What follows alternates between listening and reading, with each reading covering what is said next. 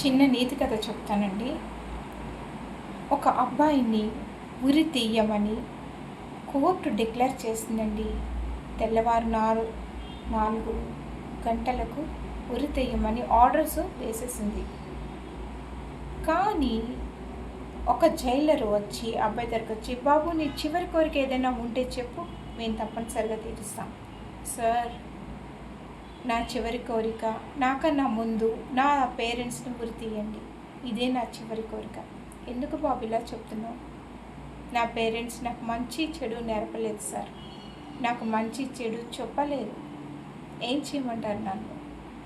నన్ను సమాజంలో ఒక అవినీతిపరుడిగా ఒక క్రియేట్ చేసింది, నేను చేసిన తప్పులని వాళ్ళు సమాజం ఒప్పుకోలేదు. నేను చేసేది ప్రతి తప్పు అని వారించింది. నేను చేసేది ప్రతిదీ తప్పు. నన్ను అసహించుకుంది, నన్ను అవహేళన చేసింది ఈ సమాజం చెప్పకముందే నా పేరెంట్స్ నాకు చెప్పి ఉంటే నేను ఇప్పుడు ఈ స్థితిలోకి వచ్చేవాడిని కాదు. అందుకే అంటారు, బాలుడు నడవవలసిన త్రోవను వానికి చిన్నప్పుడే నేర్పించండి. అంతే కదా. వాడు నడవలసిన త్రోవను మనం వాడికి చిన్నప్పుడే నేర్పించినట్లయితే వాడు దాని నుంచి తొలగిపోకుండా ఉంటాడు. అంతే కదండి.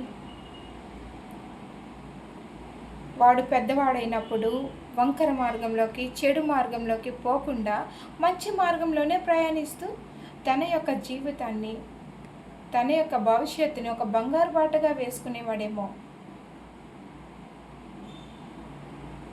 కాబట్టి పేరెంట్స్ చాలా పిల్లల్ని పర్యవేక్షిస్తూ ఉండాలి.